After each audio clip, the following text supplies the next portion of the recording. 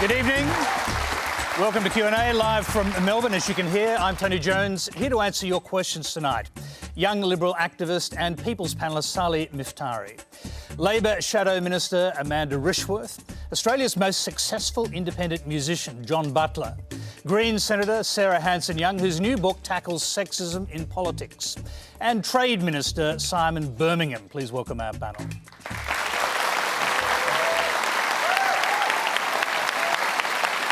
Thank you. Now, Q&A is live in Eastern Australia on ABC TV, iView and News Radio. Tonight, we're hoping to get to the Political Boys Club, Aged Care and the ABC. Our first question tonight comes from Alexia Sovlas. Thank you. My question for the panel is that suicide rates have increased by 9% in the last year, with the majority being males. Each and every suicide or self-harm attempt affects family and friends in immeasurable ways. Will the government consider distributing funding more appropriately and introducing new initiatives like other countries to ensure we're making a difference and reducing this rate, noting that the current model is obviously not working? Let's start with the men on our panel. John Butler.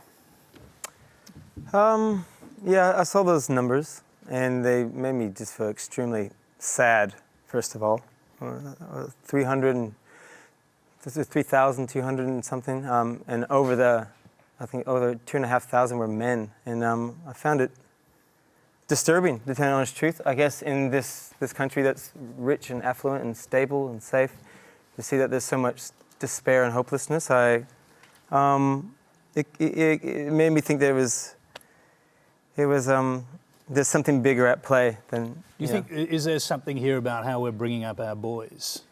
I definitely think there's, looking at those stats, that men in this era are trying to find out who they are, what they are, and what's the new definition of to be a man. And I think the old paradigm and the old archetypes don't suit us. We know they don't suit us. We're actually seeing it all around us. And we're needing to redefine ourselves, and I think there's many ways to do that. Rites of Passage, the Mankind Project.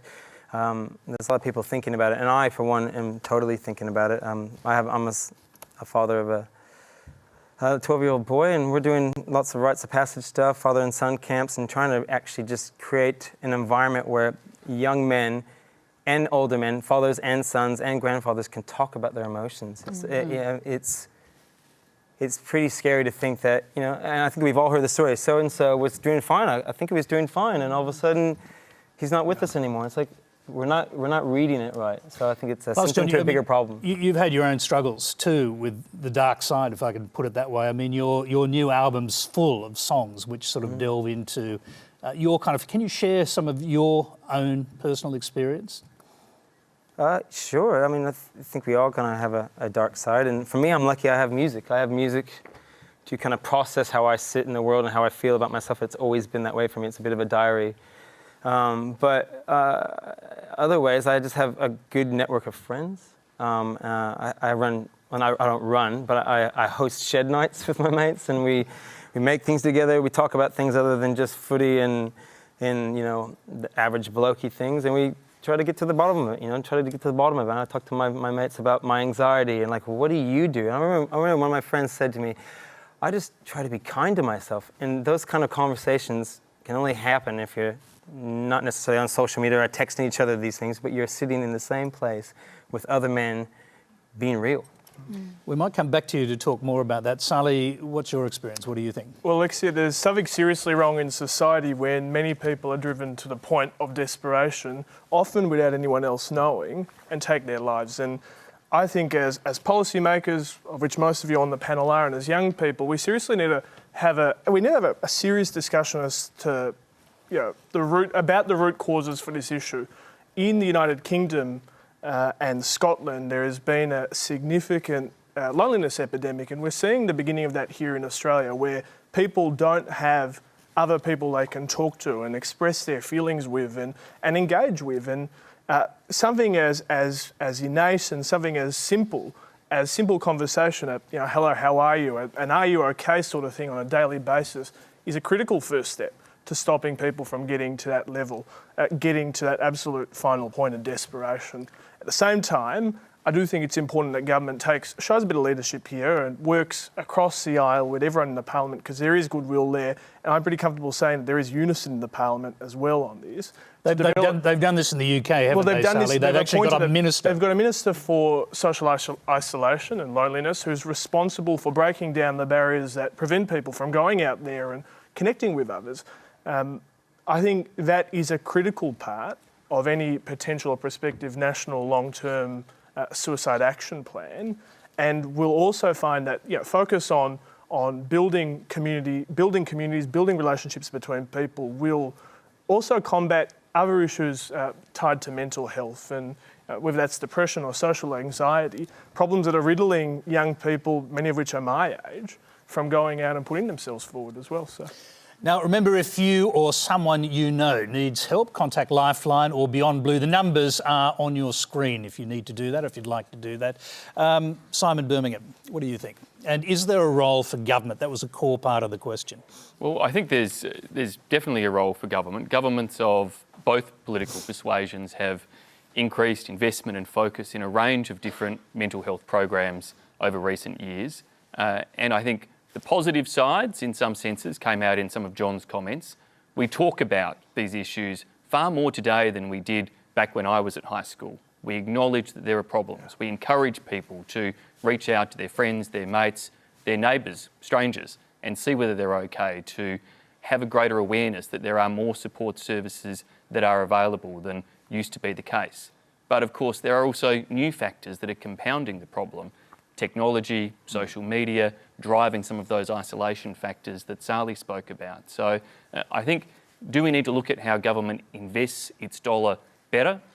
We need to do that constantly. And of course, statistics like this absolutely reinforce the need that we have to look at whether each of those programs, whether it's Beyond Blue, whether it's Are You OK Day, whether it indeed are some of the particularly targeted youth mental health programs, are actually reaching their causes. We know a lot from the statistics that young men or men are 3 times more likely to suicide than women. Indigenous Australians are twice as likely to suicide as non-Indigenous Australians. We can target better, but it's also just getting down to what those root causes Simon, are. what about taking a leaf out of the UK's book and actually appointing a minister for loneliness, for social isolation, as they've done? Isn't something like that may sound symbolic, but perhaps you need to do more. Well, Tony, there are options indeed that anybody can look at and think about as a government. I think Scott Morrison, when he talks about keeping Australians together, this type of caring for one another, looking out for your neighbours, your workmates, your friends, your family and others, is a really important part of that. Now, how do you build that so that it does break down some of those isolationist tendencies that social media and the like can create, especially among young people? And I have 2 young daughters, and I'm terrified of them entering a period where they don't actually engage with other people. I know teenagers perhaps have always been prone to that at times, but the idea that all of your engagement happens in some sort of virtual space rather than the type of stuff John was talking about, actually engaging in real terms with your parents, with your friends, with other human beings, where you can get that emotional connection that is so much harder to find in the online world. Amanda Rishworth, you've got a master's degree in psychology, so I'm just wondering, I saw you nodding when John was talking about the difficulties that men face coming to terms with modern life. Look, I do think there are struggles for young men to work out where they fit in the world, but I also think there's still a big stigma about asking for help and saying, I need help. And sometimes, in my experience, when I worked with some men, they couldn't actually identify or articulate what it is they needed help with, and that's where your question came in about friends and family. We know that friends and family are a really important protective factor when it comes to suicide.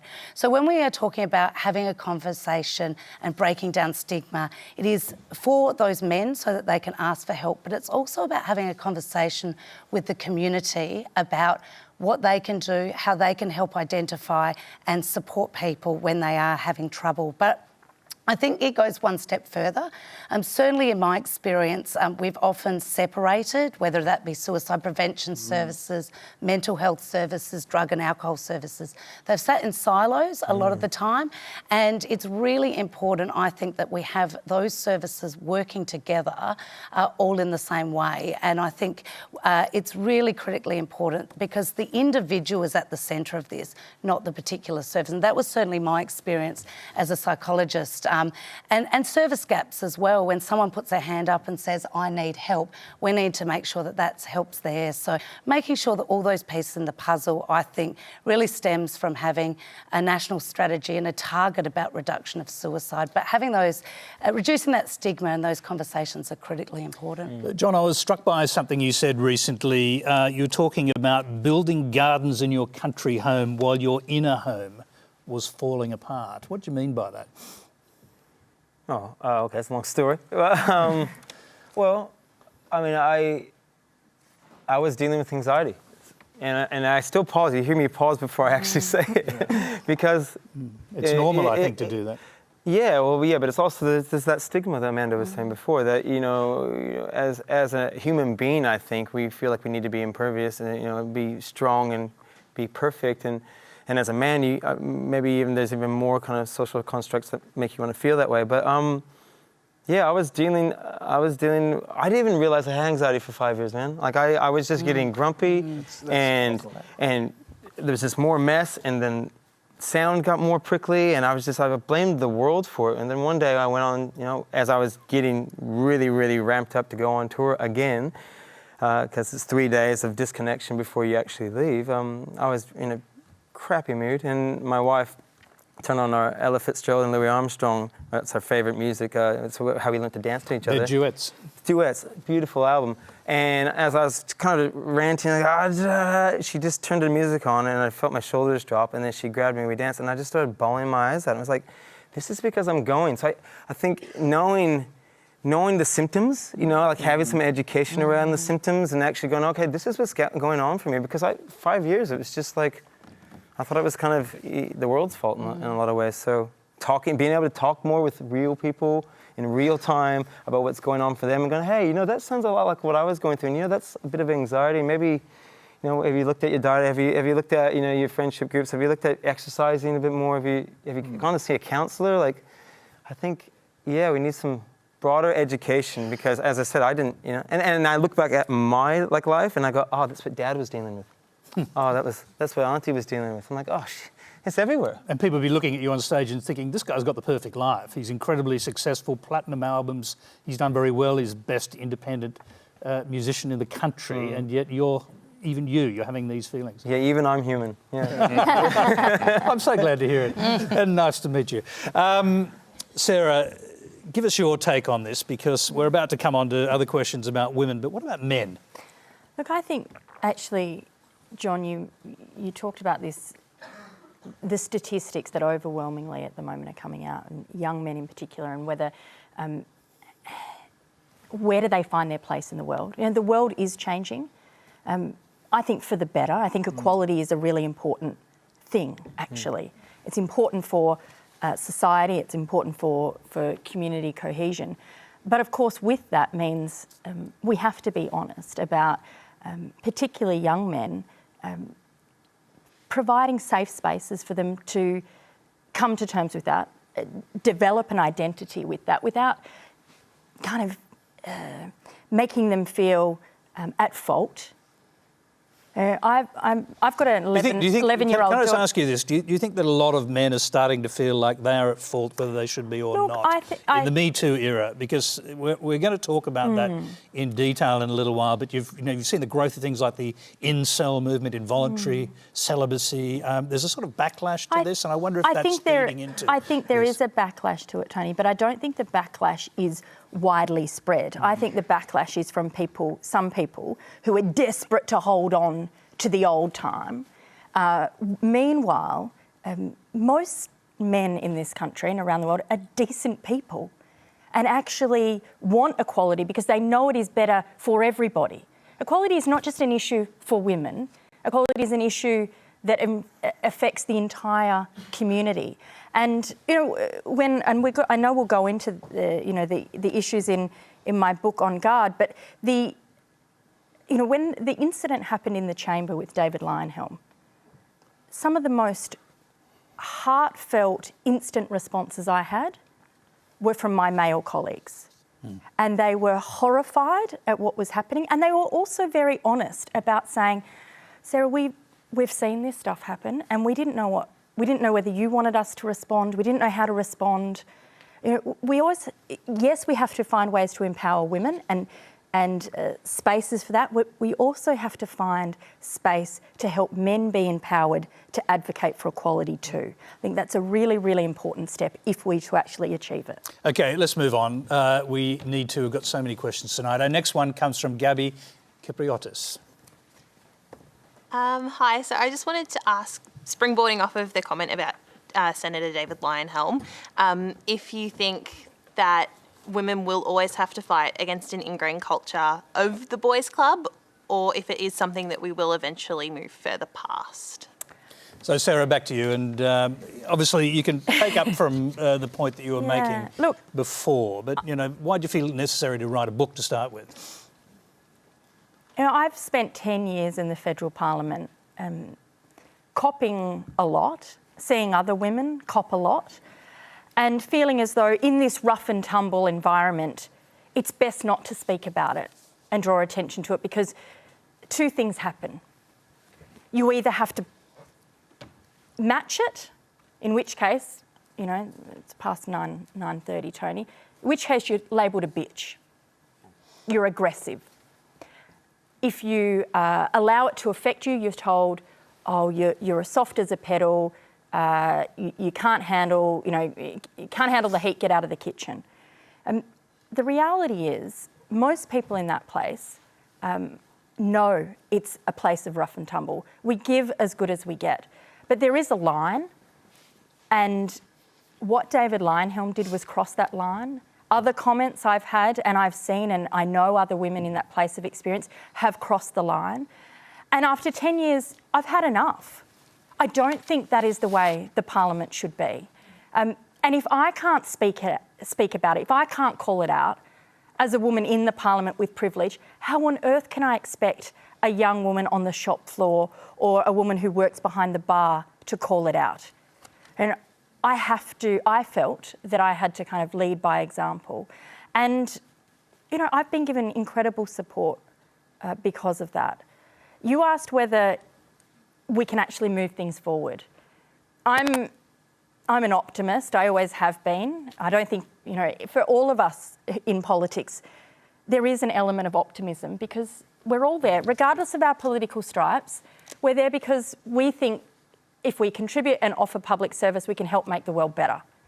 You have to have a bit of optimism to be in politics. Sarah, I'm going to interrupt you there and we'll come back to you. But Simon, on this program not so long ago, Alan Jones, the famous and very powerful 2GB broadcaster, said in relation to Liberal women complaining about bullying, they should take a teaspoon of cement. That's what he said, and a lot of people are saying similar things. And what do you say to the bullying that happened to the bullies, let's put it this way, within your own party that clearly acted against the interests of women in your own party? Tony, I say that the Liberal Party has incredibly positive history when it comes to women in politics. We provided the first woman member of the House of Representatives. The first woman member of a cabinet was a Liberal woman. The first woman to be Australia's Foreign Minister was a Liberal woman. The first woman to be Australia's Defence Minister was a Liberal woman. We have broken through a number of glass ceilings on behalf of all Australians in terms of the contribution of the Liberal Party. So, Simon, now can we just say we've dealt with the history though briefly? And it is. Can we move on to the contemporary situation that you face with Liberal women who say they've been bullied during the leadership spill, and many of them have gone, some of them, like Julie Bishop, first Foreign Minister, female, has gone to the backbench as a result? Well, I'll let Julie speak as to why she went to the backbench, but we absolutely need to embrace that history, and that's the reason I raised it, and make sure that is the foundation upon which we build a party that is thoroughly inclusive, supportive, and continues to break down those barriers into the future. Do you reject the recent history? Forget about embracing the past. What about what just happened? Well, any bullying is unacceptable and ought to be rejected wherever it occurs. Now, Scott Morrison's made it very clear to the party organisation in terms of suggestions there were problems in individual branches that they need to make sure they've got thorough complaints processes in place. And we've had allegations of bullying within Labor Party ranks. These things come up for political parties. We've had allegations of bullying within the Greens ranks. It's not an unusual concept. Every party needs to have its internal processes to deal with it. I want to see absolutely more women in Parliament, more Liberal women in Parliament. I'm pleased that in the latest 6 to 8 pre-selections we've had around the country in winnable seats, that around 6 out of 8 of those have gone to women. That's good progress. We need to see a lot more of it. So Wentworth wasn't a winnable seat? Well, Wentworth is absolutely a winnable seat, okay. but it's in 2 out of 8 versus 6 out of 8. All right, I'm just saying. Amanda Rishworth. Well, look, your question of how do you break the boys' club, well, you get more women into Parliament, you get 50% of women into Parliament. That's critically how you do it, because that then reflects society, and a lot of then what happens is you just get to see your colleagues and not men versus women. But I think your other question about, and I think goes to Sarah's question about the rough and tumble of politics. We want diverse people in our Parliament. We don't just want people with a certain set of skills. The more diverse skills that are in our Parliament, the better outcomes will be for Australian people. So that'll be, and diverse backgrounds indeed. So we need to move further than just looking at men and women. We need people from a whole range of backgrounds, not just because it's the right thing to do, but you get better decision making. So I think that is critically important. If we look at how our Parliament looks, we need to make sure it reflects the community, and we've still got a long way to go on that, and I think that's what we've got to do. Sali, as a young Liberal, how does this look to you, and how did the leadership spill and the claims by a number of senior Liberal women that they were bullied in the lead up to it, how does that fit with your concept of your own party? Well, just before I get there, Gabby, sure.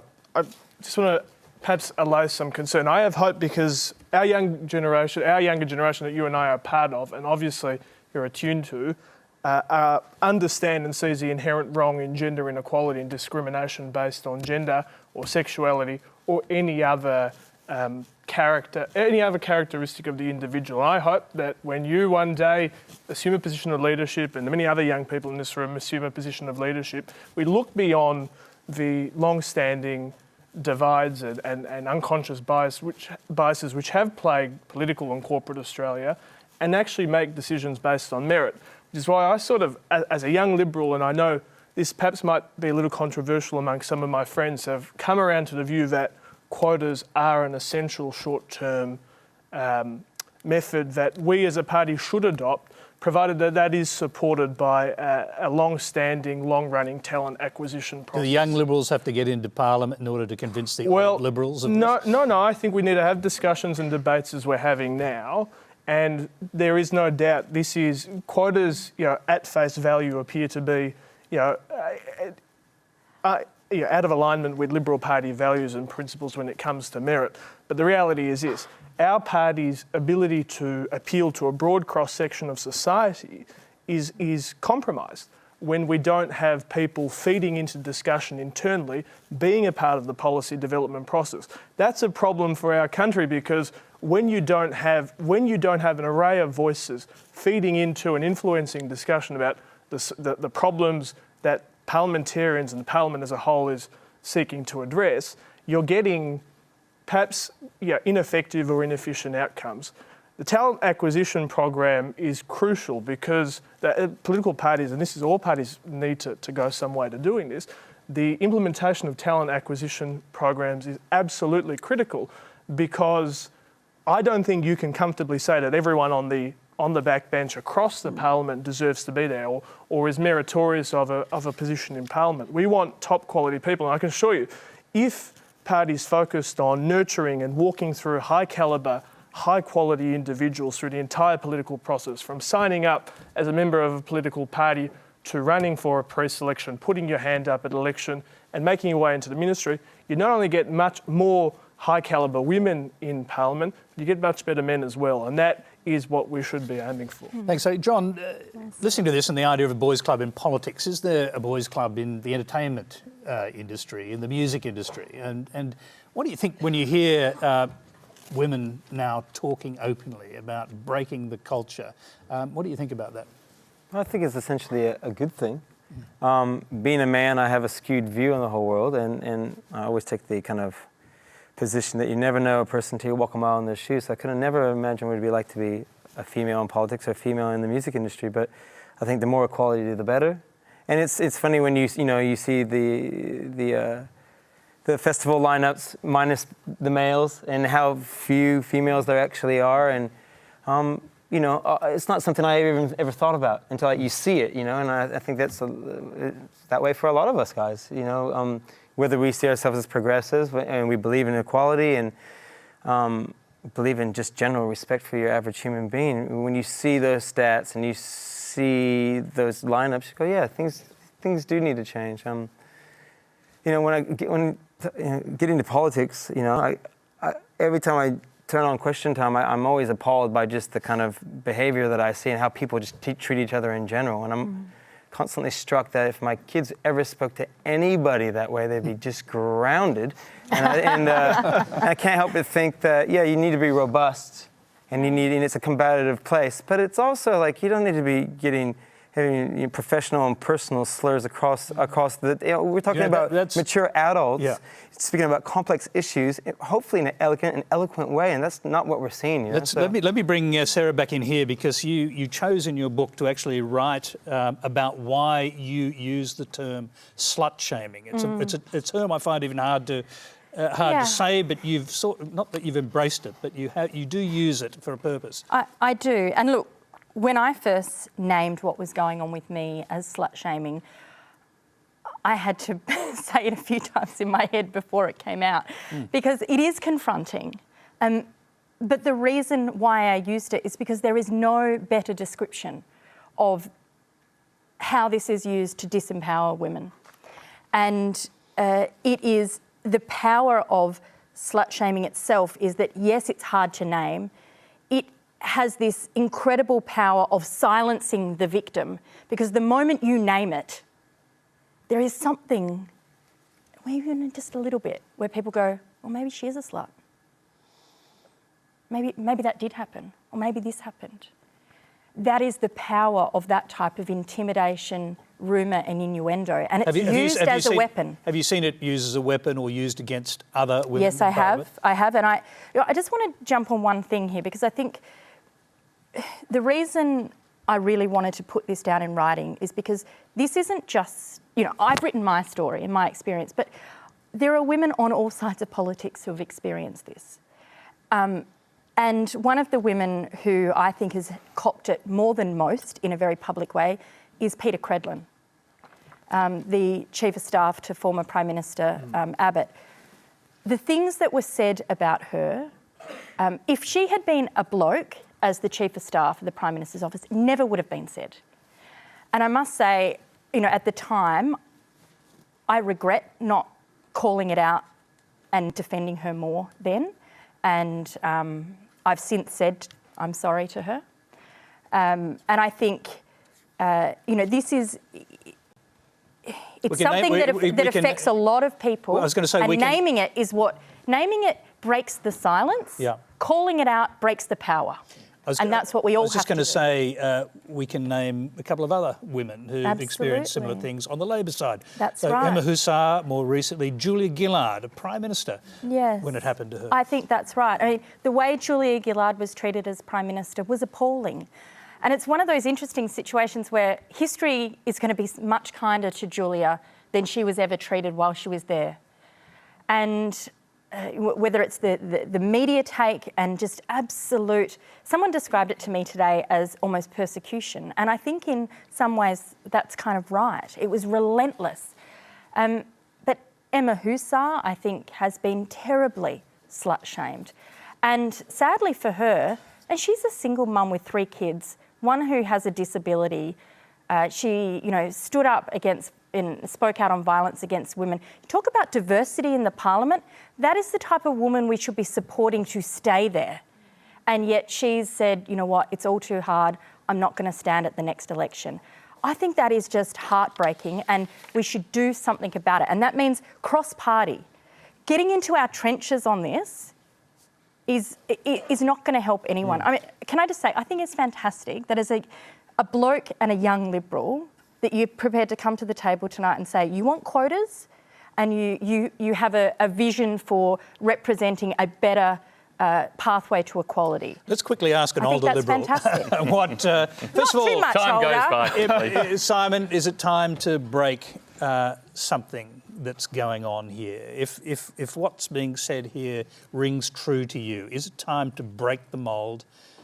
Go for quotas, like your young Liberal colleague on the other side of the panel is suggesting. Do something to break what's happening. Quotas, I think, seek to target a different issue, and that is in terms of the proportionality of representation. That's important. It's a contributing factor. I want to see increased proportion, as I said before. In all my experience, the harder battle is actually getting good candidates to the starting line, to the pre-selection door, to actually put their hand up in the first place and say, I want to run. It's one of the reasons why, the crowd laughed when I talked about the history. But if you don't actually say there are great role models, there are people who've broken through and pushed through and succeeded, and you can follow them, and you should follow them, and you are highly capable and able to do so. And so I think our greatest challenge inside the party is actually making sure we get great young and older women to put their hands up in the first place and say, I want to run. Because in my experience, when it then comes to the pre-selection, it's a pretty fair contest in terms of who wins, and it comes down broadly to merit. Sometimes. So Simon, we're going to have to move on, but just a quick one. You didn't quite answer. In fact, you didn't answer at all on the question of quotas. Well, you did just ask about quotas. Are you saying you reject quotas? I think our primary focus has got to be getting more women to the starters gate of running. Just to make it clear, that will work and can do it in the merit-based system that we've always had. I think the reality is quotas is going to come to the Liberal Party. Tony, I think that will happen, actually. If I can just make a point on this. You have to be quick. I'll be very quick. One of the problems is that it is very hard for capable, high-calibre, quality candidates to put their hand up for political office because the internal systems, whether it's in the ALP, the Liberal Party, and even the Greens, if you read some of the allegations made here in Victoria, show that it is beyond rough and tumble and quite adversarial, indeed bitterly factional. That is not a helpful thing. It's not conducive to bring the right sort of people. It's not conducive to supporting a mother with 3 children who has an incredible CV and life experience behind them, or a smart business person or a young person. I mean, why would they want to put their hand up in an incredibly difficult system, I think the other which thing is based on personality? The public don't want, the voters don't want us, scrapping over question time either. It would be, if we actually could lift the level of engagement. Exactly. The voters would be happy. Exactly. We'd attract better people. And you get better outcomes. And you get better outcomes. But I do think what quotas did for the Labor Party, and it's something that we took up, does encourage the party to look beyond who's currently coming to the starters line, and that's the difference. I mean, Simon's talking about get women to the starters line. Well, when you have quotas, it does make the party itself look wider, look for that talent that is out there, and it encourages people to do that. So the essential argument is the Parliament should reflect the society. It should, yes. Yeah. And do you agree with that, Simon? Well, I do agree with that, and it's one of the reasons why in the Liberal Party our members aren't largely dominated by people coming out of the trade union movement. I mean, there's reflecting the society in terms of composition, gender, you've got sexuality. into a whole new area. No, well... We were all getting along so Tony, well, Simon. It's nice for Amanda to say you need to reflect society, but you can't reflect society if 90% of your members of Parliament were chosen from trade unions.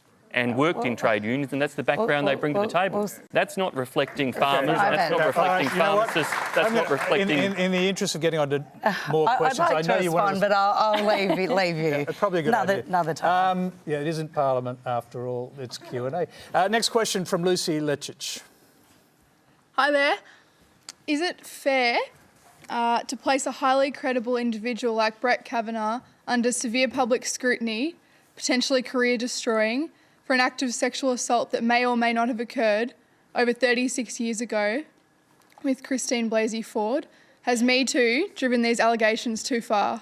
Sali, I'll start with you and keep your answers brief so we can get through more questions. Lucy, I'd hate for you or my younger sister who's in the audience tonight to have to recount an experience as horrific and challenging and difficult, to an audience of millions of people in the way Dr. Blasey Ford did. And what she did was courageous.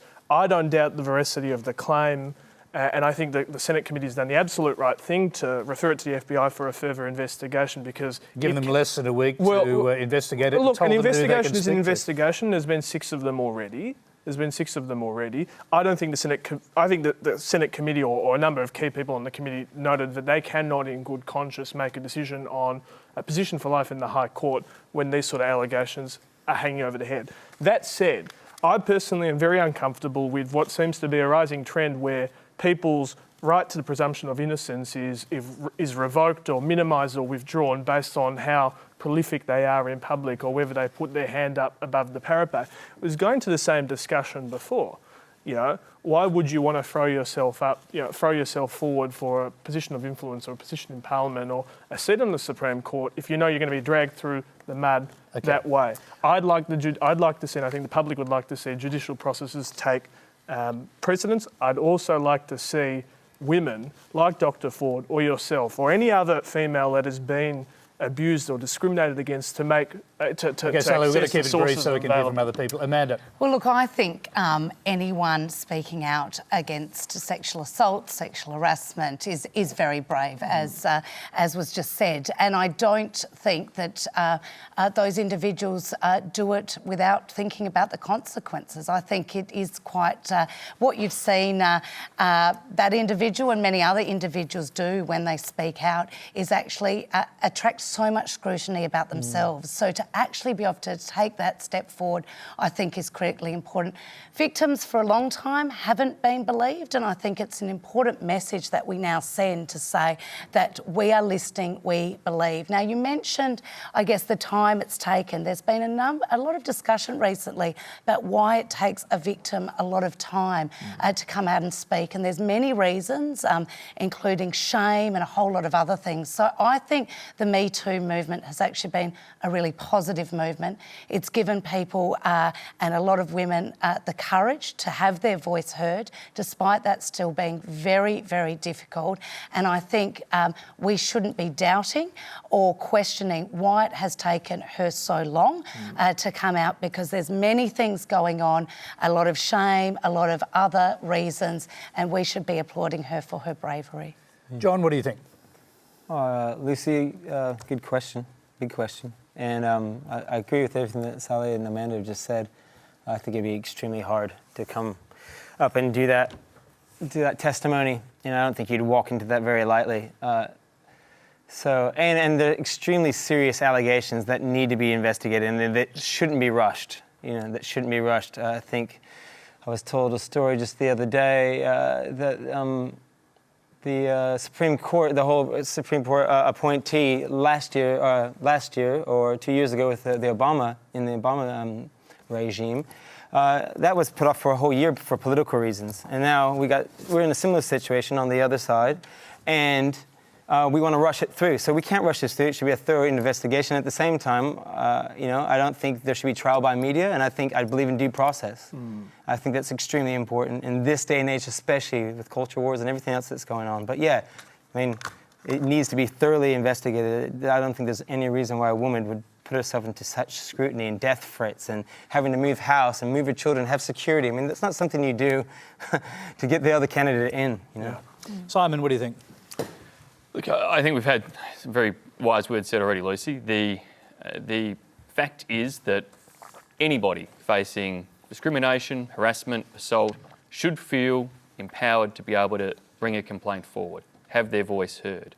Ideally, in 2018 and beyond, I hope that wherever that occurs, people feel empowered to do that within their workplace, their university, their school, whatever environment it is they're in, to be able to have those complaints addressed in an appropriate way. And indeed, if they are complaints that go to a breach of the law, then they ought to be put through the legal system as well. I know that's difficult, but of course that's what we've got to be striving for.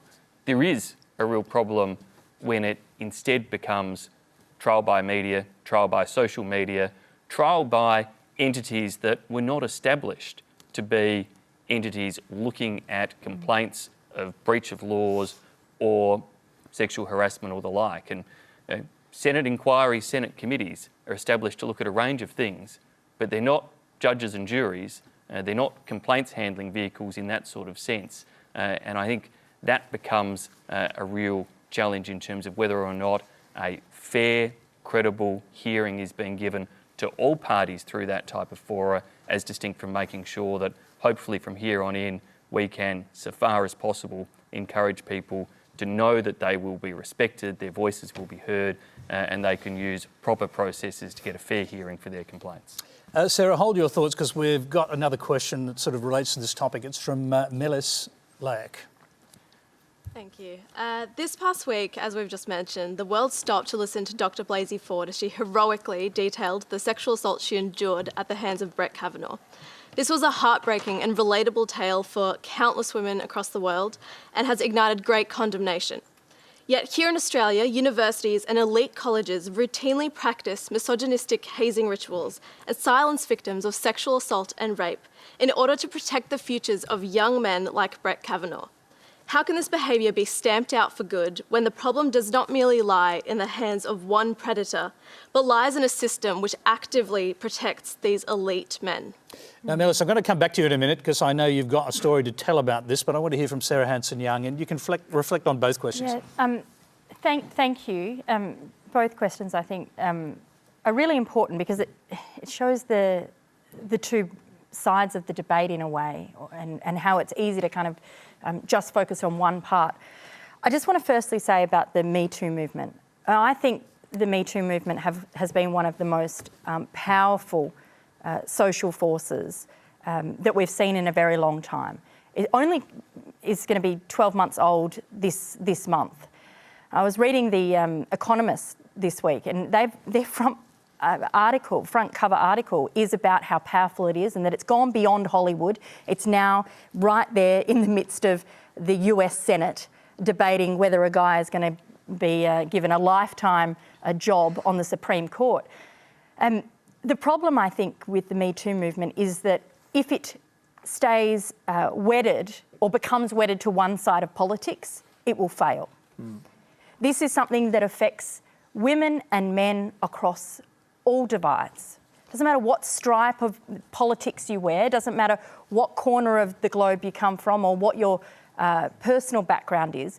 Women, as you've outlined, across the world know that this behaviour goes on, know if it hasn't happened to them, it's happened to somebody they know. Every woman I know at some point has been worried about her safety. And that's a huge thing. Can I interrupt you there just for a moment, Sarah, because I want to go back to Melis, because you do have a story about what happened to you in a residential college at Monash University. Can you just briefly tell us what it is so we get a sense of where you're coming from? So I lived at Mannix College where until one man, with the assistance of two others, climbed into my second story room and threw raw meat at me. And I went to the college numerous times, and each time they did nothing about it. And in fact, they made me feel as if I was making a big deal out of this, and that was almost seeking attention or something like that. So when did this happen? Can you? This happened last year. No, sorry. What time of the day was it? In the daytime? 3 a.m. 3 a.m. So people broke into your room while you were sleeping. Yeah. Is that? All right. That's a critical point, isn't it? Because anything could be going on. I think there is. There are a number of stories coming out from university colleges and on university campuses, and Burma, you'd know, being the former education minister. And there was a report last year about the level of sexual assault and harassment on campuses, and it's extraordinarily high. Now, on one hand, we might say, well, that's because maybe it's always been that high and where, people are just reporting it and talking about it more. So what? Yeah. Doesn't make sense. I mean, we've got to deal with it. If Okay, that's the Sarah, case. just pause because we've got an eruption of comment from this So side. that report was, and your question goes to what can be done. That report was a really big wake-up call, I think, for the community, but also universities, because they've got to pay attention to that report. It was 1 in 3, something like that, of women had experienced some sort of sexual harassment on campus. So certainly that is a wake-up call for universities that they must address this because they're going to not have the level of student engagement and have dropout. That was just unacceptable, and I think that message in the community along with working with our universities to say this is unacceptable, this has got to change. It's critically Just important. before we go on, we'll go back to Melissa. I just want to, because a lot of people will be asking why these guys, well, I mean, there's so many whys, but why do they throw raw meat at you? Well, they knew that I was vegan and they thought that was something they could personally attack. But really, the reason is kind of pointless. I mean, it doesn't really mean anything. John, go ahead. And Well, no, Sally, just like, who cares why? It's like It's abuse. stupid thing to bloody do, and it's not what any human being should be doing. Especially 3 bloody o'clock in the morning. Like, that's a criminal act. It's a criminal act. So are you saying that there were no criminal proceedings taken against these men who broke into your room at 3 a.m? No, And the university did nothing about it? no, nothing. The college did nothing about it? I'm really sorry that's happened to you. Yeah. Okay, That's Simon, appalling. former Education Minister, we better get to you, And- or Burmo, as you're now Sorry. known by it. known by many. Melissa, that's appalling. Yeah. Clearly, it's behaviour that should not be tolerated. Those 3 should be tossed out of the university college rather than you, as I suspect you've probably done, leaving the university college. That's the wrong outcome, and it's an unfair outcome in those sorts of instances. It has to be said, we're not getting the university side of it here, but No, on the face of it, it sounds pretty bad. And to give universities across Australia some credit, the report that both Sarah and Amanda have referenced was a report that universities themselves commissioned.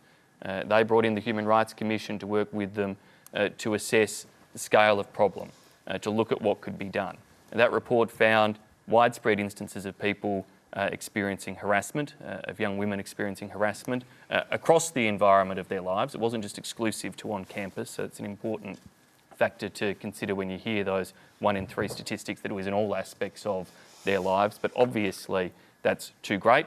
Obviously too much of that occurs on campus or in residential colleges. I know that the unis themselves, who don't often run these residential colleges, but my view is they need to make sure that in their affiliations with them, their associations with them, they read them the Riot Act and they make it very clear that if they don't have adequate enough standards, that they don't have proper procedures for complaints, for investigations, and ultimately for better outcomes than what sounds like occurred on this occasion, then those colleges will no longer have affiliations with those universities. So John, I think I broke into you earlier, so I'll let you finish your thought, and then we'll go to Sali. Sorry, I'm just completely dumbfounded by this kind of culture that allows that to happen to you, first of all. And then when nothing's done about it, who's surprised this happening in Parliament? You know, it's like you left the school or you left the campus. They didn't. You know, I mean, as a father of a son and a father of a daughter, I'm just kind of a little bit perplexed about this kind of culture that we seem to be allowing to happen. And I guess the Me Too movement is facing that head on, you know, and all for it, you know, when it's doing stuff like that. I don't have anything to say about how perplexed I am to kind of hear stuff like that. And I hope my daughter never has to deal with it. And I hope my bloody son never acts Well, that that's way. what we've got to do is teach our boys, I mean, ultimately. That's actually a really good point. But Melissa, I'm also a Monash University student. I think young people need to know that sort of behaviour is not on. There are some, certainly in my demographic, in my age group, that think we're untouchable and can do whatever we want. Well, the reality is we're not. I think the real challenge here, and it speaks to the role of the Me Too movement in modern day contemporary society, particularly here in Australia, is the fact that women like yourself are constrained from, you know, opening up about the abuse and discrimination you've received and you've been pummeled with, and actually seeking the sort of recourse to the sort of recourse which not only puts you at ease but makes it clear to the rest of the community that this is unacceptable. On education, I actually think there's and I'm not vouching for the people responsible for inflicting this sort of behaviour, but there's only so much parents at home can teach. And schools have a really important age, particularly before you get into university, in making clear what is right and what is wrong in some social context. Now, if you think about the way in which young men treat women or gender issues, gender discrimination more generally, the last time you'll learn about what is acceptable practice and what is unacceptable practice is probably year 9 or 10, if you're lucky. There are 3 years. There are 3 years between that final piece of education, about social, handling yourself in social context. So we're going to have to get you to wind up on going to university, which people are just going to university, which is just a gap there, and people are going to university unaware of what is appropriate and what they can and can't do. And how can they not be? How can they be unaware? No, of what I'm not saying. I'm not attacking you. So no. Sorry. Yeah. No, I'm not attacking you at all. It's just like God. That's an extreme example. But even small things, small sexist, offside comments about women, about people with diverse backgrounds and whatnot. I don't think what a number of the unis are doing is now running mandatory induction processes that help to ensure people know where to make complaints, that there will be proper investigations. Now, obviously, that's not working in this case at Monash And I don't think we've heard the last of But Melissa's case, because a lot of people tonight will be quite shocked by it. Let's move on. Remember, if you hear any doubtful claims on Q&A, let us know on Twitter. Keep an eye on the RMIT ABC fact check and the Conversation website for the results. Next question comes from Sukant Singh. Thanks, Tony. The sacking of former Michelle Guthrie, Managing Director Michelle Guthrie, and the resignation of former Chairman Justin Milne last week has shaken the trust of taxpayers in Australia's most trusted broadcaster. With embarrassing emails and alleged political interference behind this turmoil, do we have to accept that ABC cannot be independent from political interference since it is dependent on the government for its funding? I'll start with Amanda Rishworth. Go ahead. Well, no, we can't accept that. We shouldn't accept that because that is not what taxpayers want and that's not what is in the ABC Charter. You're absolutely right. What happened last week has been really significant in terms of the political interference that we've seen in the ABC. But Australians love their ABC. They appreciate their ABC right around this country, and we cannot accept political interference in it. Now, yes... Amanda, can I just make one point? Justin Milne, who's the heart of this, says we saw his email, but he says that there was no political interference directly in the sense that he wasn't responding when he called for the sacking of one journalist, maybe two. He wasn't responding directly to a political request. He wasn't responding to a political request, but he was responding to a broad assault that this government has taken against the ABC. Whether that be the funding cuts, whether that's the motions around the country and Liberal Party councils calling for the privatisation, whether that's the string of emails that Mitch Fifield and a range of people have sent off, there has been a broad assault on the ABC by this government. And of course, we need to get to the bottom of what made Justin Milne feel that he had no choice but to put in an email, it's the ABC or it's Emma Alberici. Because he was put there as the Prime Minister's mate. Well, that's the reality. Before we hear from you, Sarah, I want to hear from the government representative, Simon Birmingham. So, you know Malcolm Turnbull very well. You're a loyal supporter of his. Can you imagine him sitting there telling his friend Justin Milne that he was extremely angry with what had been said or reported by certain ABC journalists? Can you imagine him doing that? Look, I can imagine Malcolm, as indeed he said and did publicly and officially, using the complaints processes that are there.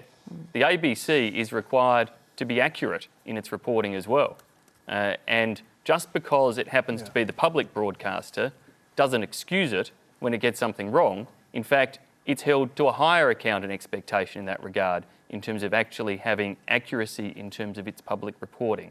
And whether that's in relation to stories about company tax or stories about potential US bombing of Iran, stories that are published and run with clear factual inaccuracies ought to be subject to complaint. And whether that is from any one of us on the panel, the politicians, the public or anybody else, that's the reason the ABC has a complaints process in place. Simon, is it appropriate, and would it have been appropriate for the Prime Minister to go directly to the chairman of the ABC and relay that anger? Tony, because that's what appears to have been retailed in the email. But Tony, you yourself just quoted Justin Milne in saying that there was no political pressure in terms of his actions. Yes, but here's what he said in the email that he sent to the Managing Director, and I'll read it out to you.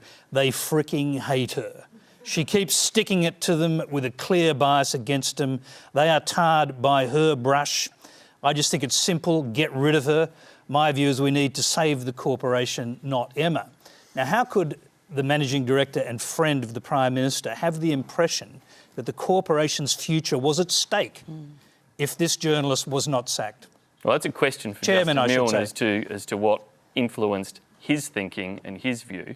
The government's anger over the inaccuracy of that story was plain for all to see. I think any member of the government who fronted the media in the days following the publication of that story absolutely expressed their disgust at the fact that as we were having a significant political debate about tax policy in Australia, and as a government we were seeking to enact a better, fairer regime in terms of the way company tax ensures Australian businesses are competitive, we had a factually inaccurate story come out from the public broadcaster, run across every single platform. It ran online, on radio, on television, pushed all the buttons and power and influence of the ABC, and it was wrong. And it wasn't, of course, the only story where there were inaccuracies that have built up. Let me just clear this up. Do you regard that as a sacking offence? I think that is rightly a matter for the ABC management. Right. And would you have been comfortable the Prime Minister relaying directly his anger about that story to the chairman of the ABC, Justin Milne, who then said to the Managing Director, they want her sacked, effectively? Well, Justin Milne, and you've acknowledged this, says he wasn't acting under any political pressure. He obviously had his opinions and his views, and they're the views that he put. But the board and the ABC has statutory independence from government. The Managing Director has statutory hiring and firing independence when it comes to you, Tony, and every other staff member of the ABC.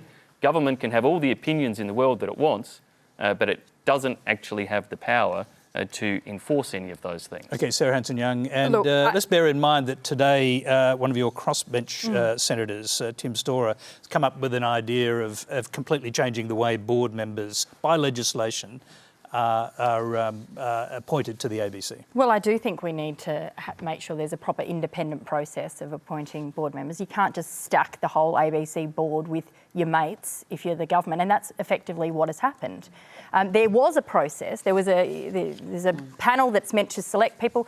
What this government did was they went, oh, no, we don't want to take any of the people you've put forward, so we'll pick our own. Except that's wrong. Justin Milne was on the panel's list of recommendations. Well, good mate of the Prime Minister's. Facts would be helpful there, Sarah. A bit like with ABC journalists, facts would be helpful. The fact is... It has been reported today, incidentally, that 5 of the appointments to the board, of the recent appointments to the board, 5 out of 8. Were not part of the panel's recommendation, but were chosen by the Minister in spite of the panel's recommendation. I don't know whether that's true, but that's been reported today. 5 out of 8, and then Justin Milne was a good mate and a business colleague of the former Prime Ministers. But I want to go back to... His appointment was also welcomed by the Labor Party at the time. Honestly, Simon... as being highly qualified for the job. Let's not defend him anymore. He's fallen on his sword because he knows he's stuffed up. That's the reality. And this whole point... I mean, can I just say, if he's the only one who's stuffed up... Well, he's not, I don't think. But if he is, then the government is effectively sheltered from the fallout from this, are they not? I think this is the problem here, because the board, the whole ABC board knew of these allegations. They were confronted with them by Michelle Guthrie before she left. The only reason the board held this extraordinary meeting and put pressure on him to go was because it became public, because those emails came out. I think there are huge questions around the rest of the board. Should the board go as a result of that? I mean, I there was a think- staff-elected board member on that board, for example, and there's a lot of questions about their role in this. I do think the board needs a clean out, put a broom through it, put in some independent people and make sure we can let the ABC get on with their job. And there has been a consistent assault on the public broadcaster from the government. Funding cuts. There are 3 pieces of legislation before the Senate today that absolutely undermine the independence of the ABC. We've had the Liberal Party motion that says they want to... Such as requiring there be a regionally appointed director. The Liberal Party motion that says they want to just privatise it. I mean, this is what these blokes would and mob would do if they could get away with it. The public love the ABC, but they want it to be independent and they want it to be funded properly. First of all, let's be clear about one thing. Just for legal reasons, we should state that we don't really know what happened inside the board. Eventually, we may find out. I was just about to say, what we've heard tonight is that there's a lot of questions. There's a lot of questions about what the Prime Minister or the Minister said in a meeting with Justin Milne. There's questions about what the board knew and what the Managing Director knew. That is why we need to have a transparent public inquiry into this. Now, Scott Morrison, our Prime Minister, has said there's no need for that. We need to just get on with the job. But I think... You're talking about a Senate inquiry, right? A Senate inquiry, public, transparent, one that can compel witnesses so that we can get to the bottom of this. And I think the Australian people deserve nothing less, and I think that's what the Australian people want, because Australians do see the ABC as a very important pillar in our democracy, and whitewashing this is going to be no good for confidence, but certainly will not answer the questions that have been posed here tonight. We've got a citizens panellist, happens to be a young Liberal. I'm interested in your perspective. Important as those questions are for this audience and the chattering class in the newspapers and in the media, the real problem here, and the only thing that the public out there in Voterland are concerned about, is whether the ABC is operating as well as it can and doing what it does best, and that's create high-quality Australian content for broadcast. So you'd agree that they're doing that tonight? And if the ministers kept their nose out of the jobs, they might be able to get on with it. The issue here isn't who is chair or who isn't chair. It isn't whether Michelle Guthrie was an appropriate pick for the managing directorship and whether the next one will be good at keeping their hand out in Canberra for more money. I think there are serious questions we have to ask about the operation of the ABC in a competitive media landscape. What do we want the ABC to look like? Is the ABC operating as well as it can? Is the ABC operating as well as it can? And most importantly, Tony would be conscious of this, and many other journalists and ABC staff would be conscious of this. Are they operating within its charter? Now, there's a broader argument here that we're veering closer towards, and that's the funding of the ABC. Every other media outlet in this country is under serious financial and competitive pressure. The ABC exists to, as I said, make high-quality Australian content that allows Australians to see a reflection of themselves on the television or on iView or on Radio Melbourne. Quick one, Sally, because I just want to get your opinion on your fellow young Liberals who've called for the privatisation of the ABC. Well, everyone has an opinion. I personally believe that there's never been a more important role for a public broadcaster in Australia. OK.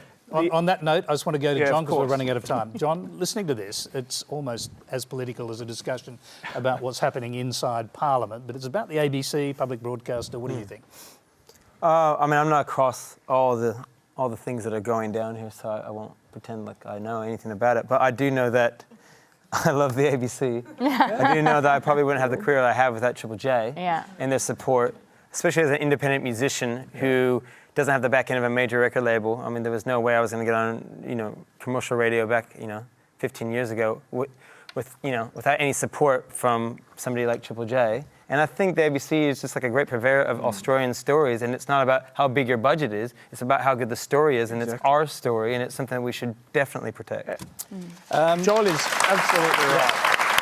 I'm afraid that's all we have time for. I'm sorry about that. Please thank our panel, Sali Miftari, Amanda Rishworth, John Butler, Sarah Hanson-Young, and Simon Birmingham. Please give them a round of applause. Now, John, that's your cue.